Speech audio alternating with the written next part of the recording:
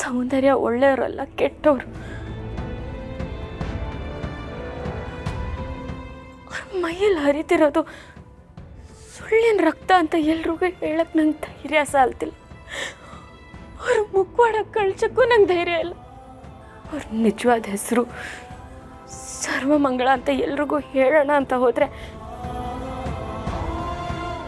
ಯಾರೂ ನನ್ನ ಮಾತನ್ನ ಒಪ್ಪಲ್ಲ. ಹಸ್ಬೆಂಡಂತೂ ಅವ್ರನ್ನ ದೇವತೆ ಥರ ನೋಡ್ತಾರೆ. ಯಾವ ಸಾಕ್ಷಿನೂ ಇಲ್ಲದೆ ಬರೀ ಬಾಯಿ ಮಾತಲ್ಲಿ ಹೇಳಿದ್ರೆ ಅವ್ರು ನನ್ನ ಮಾತು ನಂಬ್ತಾರ. ಸರಿ ಇಲ್ಲ ಹಸ್ಬೆಂಡ್, ನನ್ನ ಮಾತು ಕೇಳಿ. ಮುಂಚೆನೂ ಇದೇ ಥರ ಮಾತಾಡಿದ್ದಕ್ಕೆ ತಾನೆ ಅವ್ರು ನನ್ನಿಂದ ದೂರ ಹೋಗಿದ್ದು. ಅಂದರೆ ನಾನು ದೀಪ ಆಗಿ, ದಿಶ ಆಗಿ, ಸೌಂದರ್ಯ ವಿರೋಧ ಸೋತೋದ್ಲ. ಇನ್ನು ಎಷ್ಟು ದಿವಸ ನಾನು ದಿಶ ಆಗಿರಬೇಕು ಅಂತ ನಂಗೆ ಗೊತ್ತಿಲ್ಲ. ಆದರೆ ನನಗೆ ದೀಪ ಆಗಿ ಮುಂಚಿನ ಥರ ಹಸ್ಬೆಂಡ್ ಜೊತೆ ಖುಷಿಯಾಗಿರ್ಬೇಕು ಅನ್ನೋದೇ ಆಸೆ. ಪೊಲೀಸ್ ಅಪ್ಪ ಕೂಡ ಇಲ್ಲಿ ದಿಶಾ ಅಪ್ಪ ಆಗಿ ಬಂದಾಗ ಮಗ ಮತ್ತೆ ಒಂದ್ಸಲಿ ನನಗೆ ದೀಪ ಆಗಿ ನೋಡ್ಬೋದಾ ಅಂತ ಕೇಳಿದ್ರು. ಹಸ್ಬೆಂಡ್ ಕೂಡ ದೀಪನ ಹೆಸರು ಕನ್ವರ್ಸ್ತಾನೆ ಇರ್ತಾರೆ. ಅವಳು ಇಲ್ಲೇ ಎಲ್ಲೋ ಇದ್ದಾಳೆ, ಇವತ್ತೆಲ್ಲ ನಾಳೆ ವಾಪಸ್ ಬಂದೇ ಬರ್ತಾಳೆ ಅನ್ನೋ ನಂಬಿಕೆಯಲ್ಲಿದ್ದಾರೆ.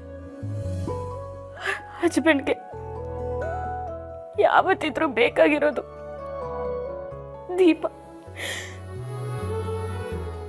ದಿಶಾ ಅಲ್ಲ. ಇಷ್ಟು ದಿನ ನನ್ನ ಬಣ್ಣ ಬದಲಾಯಿಸ್ತಿದ್ದೆ, ಆದ್ರೆ ದೀಪ ಆಗಕ್ಕಾಗದೆ ನಾನು ಕಳ್ಕೊತಿದ್ದೀನಿ.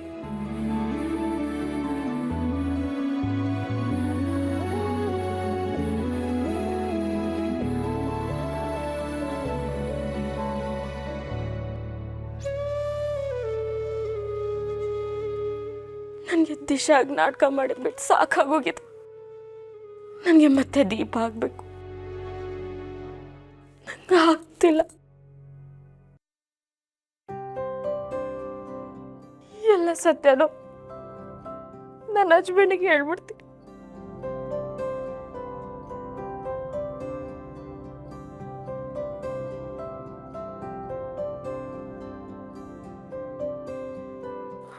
ಆದಷ್ಟು ಬೇಗ ದೀಪ ಆಗ್ಲೇಬೇಕು.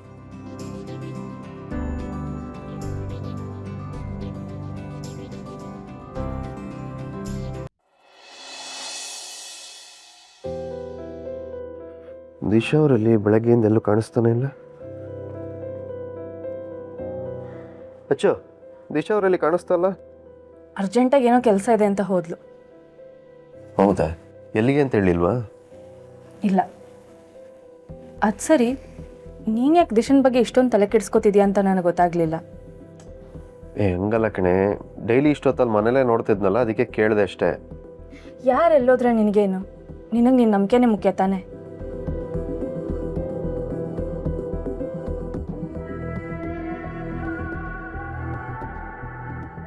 ಇವಳು ಯಾಕೆ ವಿಚಿತ್ರವಾಗಿ ಆಡ್ತಿದ್ದಾಳೆ? ನಿನ್ನೆ ದಿಶಾ, ಇವತ್ತು ಇವಳು, ಒಬ್ಬರಾದ್ಮೇಲೆ ಒಬ್ಬರು ಚಾನ್ಸ್ ತೊಗೊಂಡು ವಿಚಿತ್ರವಾಗಿ ಆಡ್ತಿದ್ದಾರೆ. ಅವ್ರು ನೋಡಿದ್ರೆ ಬಾಗಿಲೆ ತೆಗಿಲ್ಲ, ರೂಮ್ ಲಾಕ್ ಮಾಡ್ಕೊಂಡ್ಬಿಡ್ತಾರೆ. ಈಗೆಲ್ಲ ಆಚೆ ಹೋಗಿದಾರಂತೆ. ಕೇಳಿದ್ರೆ ಗೊತ್ತಿಲ್ಲ ಅಂತಿದ್ದಾಳೆ. ನಾನೇ ಫೋನ್ ಮಾಡಿ ತಿಳ್ಕೊಳ್ಳೋದು ಒಳ್ಳೇದು.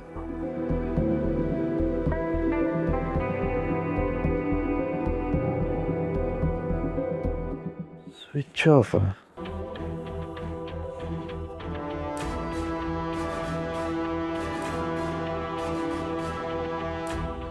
ಹಲೋ ಆದರ್ಶ್. ಹೇಳಿ ಚಿರಾಗ್. ದಿಶಾ ಅವ್ರ ಫೋನ್ ಸ್ವಿಚ್ ಆಫ್ ಬರ್ತದೆ. ಅವ್ರ ಲಾಸ್ಟ್ ಕಾಲ್ ಯಾವ ಲೊಕೇಶನಲ್ಲಿತ್ತು ಸ್ವಲ್ಪ ನೋಡ್ಬಿಟ್ಟು ಹೇಳ್ತೀರಾ? ಚೆಕ್ ಮಾಡಿದೆ, ನಿಮಗೆ ಲೊಕೇಶನ್ ಕಳಿಸಿದ್ದೀನಿ. ಒಂದು ಪಾಯಿಂಟ್ವರೆಗೂ ಮಾತ್ರ ಲೊಕೇಶನ್ ಟ್ರೇಸ್ ಆಗಿದೆ. ಆಮೇಲೆ ಅವ್ರ ಫೋನೇ ಸ್ವಿಚ್ ಆಫ್ ಆಗಿದೆ. ಯಾವುದಕ್ಕೂ ನಿಮಗೆ ಲೊಕೇಶನ್ ಸೆಂಡ್ ಮಾಡಿರ್ತೇನೆ, ಚೆಕ್ ಮಾಡಿಕೊಡಿ. ಸರಿ, ಥ್ಯಾಂಕ್ ಯು. ಯಾಕೆ ಫೋನ್ ಸ್ವಿಚ್ ಆಫ್ ಮಾಡ್ಕೊಂಡಿದ್ದಾರೆ? ಒಬ್ಬರೇ ಎಲ್ಲಿಗೆ ಹೋಗಿರ್ಬೋದು? ಇವರು ನಂಬ್ಕೊಳಕ್ಕಾಗಲ್ಲ. ಎಲ್ಲೋಗಿದ್ದಾರೆ, ಏನು ಮಾಡೋಕ್ಕೆ ಹೋಗಿದ್ದಾರೆ ತಿಳ್ಕೊಳ್ಳೋದು ಒಳ್ಳೆಯದು.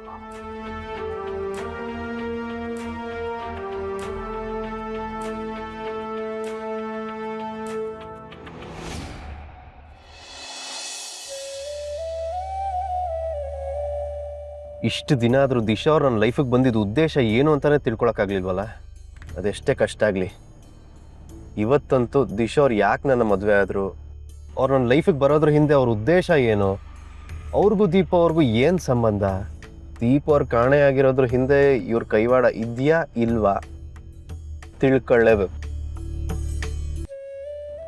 ಇಷ್ಟು ದಿನ ಮನೆಯವ್ರಿಗೋಸ್ಕರ ದಿಶಾ ಅವ್ರ ಜೊತೆ ಫ್ರೆಂಡ್ಲಿ ಆಗಿದ್ದೆ, ಆದರೆ ಯಾವತ್ತೂ ಅವ್ರನ್ನ ಅಕ್ಸೆಪ್ಟ್ ಮಾಡ್ಕೊಂಡಿಲ್ಲ. ಬಿಕಾಸ್ ನಾನು ದಿಶಾ ಅವ್ರನ್ನ ಮದುವೆ ಆಗಿರೋದೇ ದೀಪ ಅವ್ರ ಬಗ್ಗೆ ತಿಳ್ಕೊಳ್ಳೋದಕ್ಕೆ. ಅದನ್ನು ಇವತ್ತು ತಿಳ್ಕೊಬೇಕು.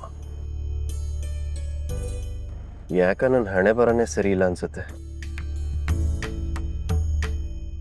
ಚಿಕ್ಕ ವಯಸ್ಸಲ್ಲೇ ಅಮ್ಮನ ಕಳ್ಕೊಂಡೆ. ಆಮೇಲೆ ಅಪ್ಪ ಹಾಸ್ಟೆಲ್ಗೆ ಹಾಕಿದ್ರು. ಆಮೇಲೆ ನನ್ನ ಪಾಲನ ತಾಯಿಯಾಗಿ ಅತ್ತಿಗೆ ಬಂದರು. ನನ್ನ ಹಾಸ್ಟೆಲಿಂದ ವಾಪಸ್ ಮನೆಗೆ ಕರ್ಕೊಂಬಂದು ಪ್ರೀತಿಯಿಂದ ಸಾಕಿದ್ರು. ದೀಪ ಅವ್ರನ್ನ ಮದುವೆ ಆಗಬೇಕಾಯ್ತು. ಅವ್ರು ಎಷ್ಟೇ ನನಗೆ ಹತ್ರ ಆಗಕ್ಕೆ ಪ್ರಯತ್ನ ಪಟ್ಟರು, ನಾನು ಮಾತ್ರ ಅವ್ರನ್ನ ದೂರನೇ ಇಡ್ತಾ ಬಂದೆ. ಆದರೆ ಯಾವಾಗ ಅವ್ರು ನನ್ನ ಬಿಟ್ಟು ಹಳ್ಳಿಗೆ ಹೋದ್ರು, ಆಗ ಅವ್ರ ಮೇಲೆ ನನಗೆ ಪ್ರೀತಿ ಹುಟ್ಟಿತು. ಇನ್ನೇನು ಅವ್ರ ಜೊತೆ ಸುಖವಾಗಿ ಸಂಸಾರ ಮಾಡ್ಕೊಂಡಿರ್ಬೇಕು ಅನ್ನೋಷ್ಟರಲ್ಲಿ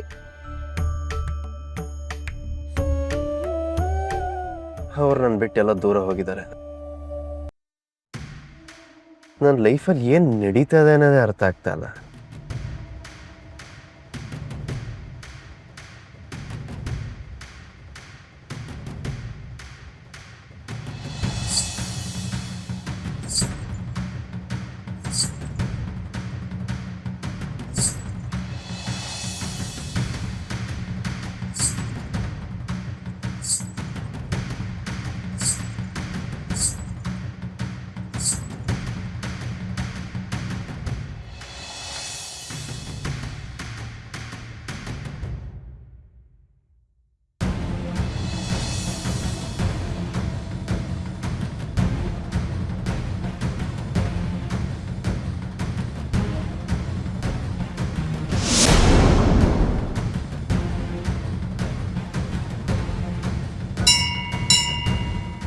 ಸ್ವಲ್ಪ ದೇವಸ್ಥಾನಕ್ಕಾದ್ರೂ ಹೋಗಿ ಬರೋಣ, ಮನ್ಸಿಗೆ ಸ್ವಲ್ಪ ಸಮಾಧಾನ ಸಿಗುತ್ತೆ.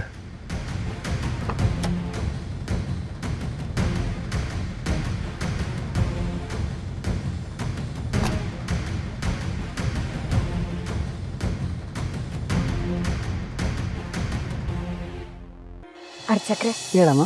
ನಾನು ಹೊತ್ತಿರೋ ಹರಕೆ ಪ್ರಕಾರ ದೇವಿ ರೂಪದಲ್ಲಿ ಮನೆ ಮನೆಗೆ ಹೋಗಿ ಭಿಕ್ಷೆ ಬೇಡ್ಕೊಂಡು ಅಕ್ಕಿ ತಂದಿದ್ದೀನಿ. ನೀ ತಂದಿರೋ ಅಕ್ಕಿನ ಪ್ರಸಾದ ಮಾಡಿ ಇಲ್ಲಿ ಬರೋ ಜನಗಳಿಗೆ ಬಡಿಸಮ್ಮ.